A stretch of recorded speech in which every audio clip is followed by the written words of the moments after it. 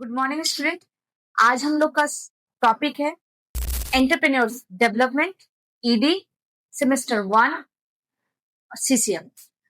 सबसे interesting subject है हम लोगों के सीसीएफ का, सेमेस्टर 1 का, बिकॉज ये रिलेट करता है हम लोगों के आज के टेक्निकल इश्यूज के साथ, टेक्निकल डेवलपमेंट के साथ, क्योंकि आज के डेट में हर बंदा बिजनेसमैन बनना चाहता है। तो बिजनेसमैन तभी बन सकता है जब उसके पास एंटरप्रेन्योरशिप क्वालिटीज होगा। एंटरप्रेन्योरशिप होता क्या है? Who identify the business opportunity, takes risks, earn profit. And earn profit कैसे earn कर सकते हैं? With innovative ideas. Innovative ideas? Innovative ideas क्या होता है? आप लोगों ने हुक्का पार्लर, आइसक्रीम पार्लर सुना है ना? पहले हुक्का पार्लर हम लोग कहाँ देखते थे? गांव में, जो हम लोग के पूर्वज या पंचायत में एक बैठता था, वो जो डिसीजन मेकर वो लेता। बट आज उसमें उस हुक्का को कन्वर्ट कर दिया गया हुक्का पार्लर। उसमें डिफरेंट डिफरेंट फ्लेवर्स आ गए, आप लोग तो अच्छे से जानते होंगे। तो इसको बोलते हैं इनोवेशंस।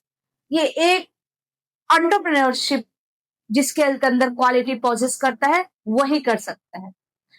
तो वो प्रॉफिट अर्न कर सकता है क्योंकि वो आज की अपॉर्चुनिटी को, बिजनेस अपॉर्चुनिटी को समझ सकता है। तो लॉन्ग डिस्कशन में नहीं जाते हैं, एक शॉर्ट रिवीजन है चैप्टर 1 का। तो features of entrepreneurship, risk taking. Entrepreneurship का फीचर क्या है? Risk taking. बिकॉज उसको पता नहीं मेरा ये आइडिया आज के मार्केट में चलेगा कि नहीं, लेकिन उसने ये आइडिया लाया और इस बिजनेस को मार्केट में डेवलप करने का कोशिश किया। इनोवेशन, जो किसी ने नहीं किया उसको इस बंदे ने किया, that is called innovations. Vision, उसको पता है मेरा बिजनेस दूर तक जाएगा। इस विजन, इस प्रोस्पेक्टस के साथ उसने बिजनेस को स्टार्ट किया। Persistence, adaptability, passion. उसके पास पैशन होना चाहिए कि हाँ, एक बार हो सकता है मेरे प्रोजेक्ट को मार्केट ने एक्सेप्ट नहीं किया, उसको और अच्छे से करके और उसमें इनोवेशंस करके पैशनेटली वो फिर से मार्केट में लेके आए। लीडरशिप क्वालिटी होना चाहिए, क्योंकि अपने बिजनेस को चलाने के लिए, कुछ लोगों को साथ में लेके चलने के लिए अगर लीडरशिप क्वालिटी नहीं होगा तो उसका बिजनेस, उसका आइडियाज जनरेट नहीं होगा, और वो जनरेट नहीं होगा तो मार्केट में वो लेके नहीं आ पाएगा। कस्टमर फोकस, उसको पता होना चाहिए आज के दिन में कस्टमर्स का फोकस कहाँ है। कभी आपने सोचा था कि आज हम लोग मोबाइल के थ्रू हर चीज, नेटवर्किंग के थ्रू हर चीज अपने घर में पा सकते हैं? नहीं सोचे थे। आज से अगर हम लोग बैक जाए 5 साल 7 साल पहले तो एकदम भी नहीं सोचे थे, बट आज पॉसिबल हो पाया। तो बिकॉज क्यों? कस्टमर का ये डिमांड था कि लोग इतने बिजी हो गए हैं कि उनको सामान तो चाहिए पर टाइम नहीं है मार्केट में जाने का। तो इस चीजों को एंटरप्रेन्योरशिप ने, एंटरप्रेन्योर लोगों ने समझा और इसको मार्केट में लाया। देन रिसोर्सफुलनेस, स्किल लेबर चाहिए, स्किल मैनेजमेंट चाहिए, प्रॉपर रनिंग के लिए जो कैपिटल चाहिए, सारे रिसोर्स कंप्लीट होने चाहिए हमारे न्यू बिजनेस की तरफ एंटरप्रेन्योर के पास। Networking, networking should be strong, technical, non technical, सारे नेटवर्किंग स्ट्रॉन्ग रहेंगे। Is a good features of entrepreneurship. Okay, now classification. On the basis of type of business, on the basis of technology, on the basis of motivation, on basis of development. ये आपका classification और ये में से types of entrepreneurship, इसको elaborate form में हम लोग आराम से बुक से पढ़ लेंगे और इसके नोट्स आपको लिंक में मिल जाएंगे। नेक्स्ट है type of entrepreneur by Clarence Danhof. First type है इनोवेटिव। एंटरप्रेन्योर को इनोवेटिव आइडिया लेके आता है। एंटरप्रेन्योर बिजनेस को आगे बढ़ाने के लिए, बिजनेस में न्यू टेक्नोलॉजी लाने के लिए, रिस्क लेता है तो उसके पास क्या है, इनोवेटिव एंटरप्रेन्योर। नेक्स्ट है अडेप्टिव और इमिटेटिव। नया मार्केट में कुछ भी आया उसको फटाक से अडॉप्ट कर लिया, फ्लेक्सिबल है मेरा बंदा। तो मतलब ये बंदा इतना फ्लेक्सिबल है कि टाइम टू टाइम अपने आप को चेंज करता रहता है ना। Number 3, Fabian. ये एंटरप्रेन्योर बहुत लेजी होते हैं, शाय होते हैं, मतलब उन लोगों को कोई भी काम करने के लिए मतलब बहुत ज्यादा उत्सुक नहीं रहते हैं, उनको आलस आता है, तो they become the Fabian entrepreneur. Next is drone. वो ट्रेडिशनल मेथड को ही फॉलो करेंगे, जो मेरे बाप दादा करते आए हैं उसको ही मुझे करना है, अपना कुछ एक्स्ट्रा दिमाग नहीं लगाना है। मुनीम जी की तरह वो लोग कॉपी पेन में रिकॉर्ड कर रहे थे, उसको ही हमको रिकॉर्ड करना है। अभी हमको न्यू टेक्नोलॉजी अडॉप्ट नहीं करो, डरपोक टाइप में होते हैं, बिकॉज डरपोक बोलना गलत है, बट ये क्या है, वो लोग ट्रेडिशनली वो अटैच रहते हैं अपने पुराने वाले टेक्निक से। Now role in economic development, employment opportunities, entrepreneur employment देते हैं अपने सोसाइटीज में, balance regional development, mobilisation of local resources को काम पे लाके उनसे प्रोडक्टिव वर्क करवाते हैं। पहले से हम लोगों को कभी नहीं सोचा था कि हुक्का का हुक्का पार्लर बन जाएगा, आइसक्रीम पार्लर बन जाएगा। तो ये क्या हुआ, लोकल रिसोर्सेज को नए ढंग से इनोवेट करके आप लोगों के सामने इफेक्टिवली क्रिएटिव वे से लाना। ऑप्टिमाइजेशन ऑफ कैपिटल, कम से कम कैपिटल का सही ढंग से सही जगह सही दिशा में इस्तेमाल करना।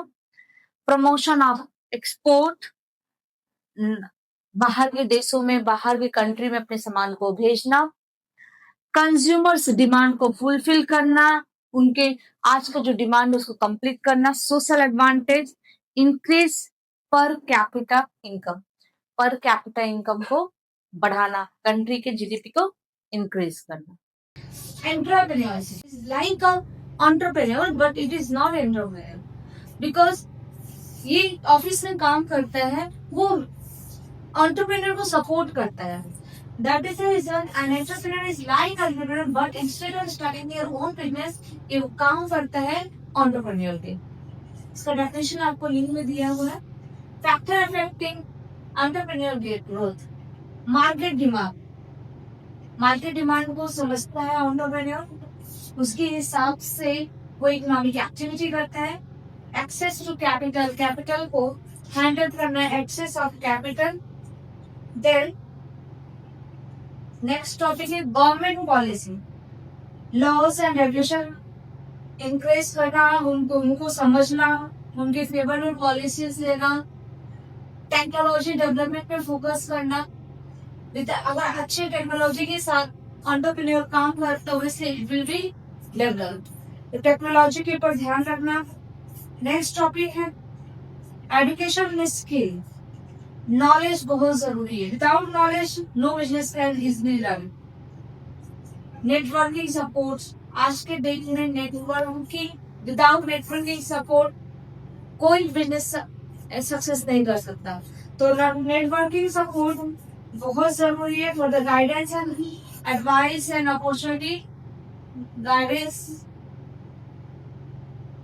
गाइडेंस के लिए, अपॉर्चुनिटीज के लिए।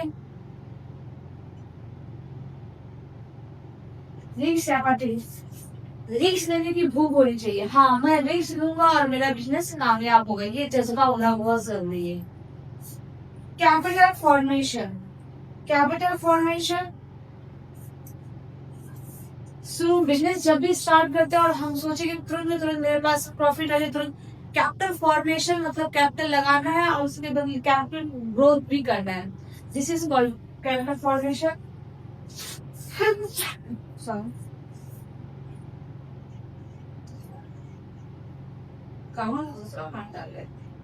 टेलीकम्युनिकेशन, वेयर हाउसिंग, इस सब डेवलप करना।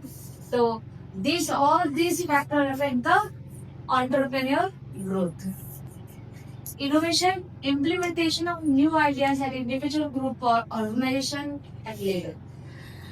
ऑर्गेनाइजेशनल लेवल पे इम्प्लीमेंटेशन करते हैं न्यू आइडिया से, जिसे न्यू आइडिया इंडिविजुअल ग्रुप पे कोई नया चीज क्रिएट हो जो हमारी कम्युनिटी हमारी मार्केट में धमाका मचा। It's called innovation. इनोवेशन में टाइप्स है. इन्वेंशन, न्यू प्रोडक्ट, सीधे के सीधे नया चीज लेके आ गए, कोई झमेला नहीं, कोई एग्जिस्टिंग ग्रुप से कोई मतलब नहीं, पूरा का पूरा नया product. Extension, expansion of existing product. Existing product का एक पार्ट और जोड़ लिए, इसको है चीजें बड़ी हो गई, चीजें एक्सपैंड हो गई. Duplication, कॉपिंग and adding. हो सकता है कोई पुराना, जैसे मोबाइल पहले हम लोग कीपैड था, अब उसमें स्क्रीन टच भी ऐड हो गया. कीपैड हट गया, लेकिन हम लोग के कीपैड की जगह नंबरिंग तो है, बट अब नया नया चीजें स्क्रीन में ऐड ऑन हो रही है. तो कॉपिंग भी है, डुप्लीकेशन भी है, और नई नई चीजें भी आ जा रही. Synthetic, combination of more than one existing product and service into new product. बहुत सारे एग्जिस्टिंग प्रोडक्ट को चुरा लिए और एक नया आविष्कार कर दिए. It's called synthetic.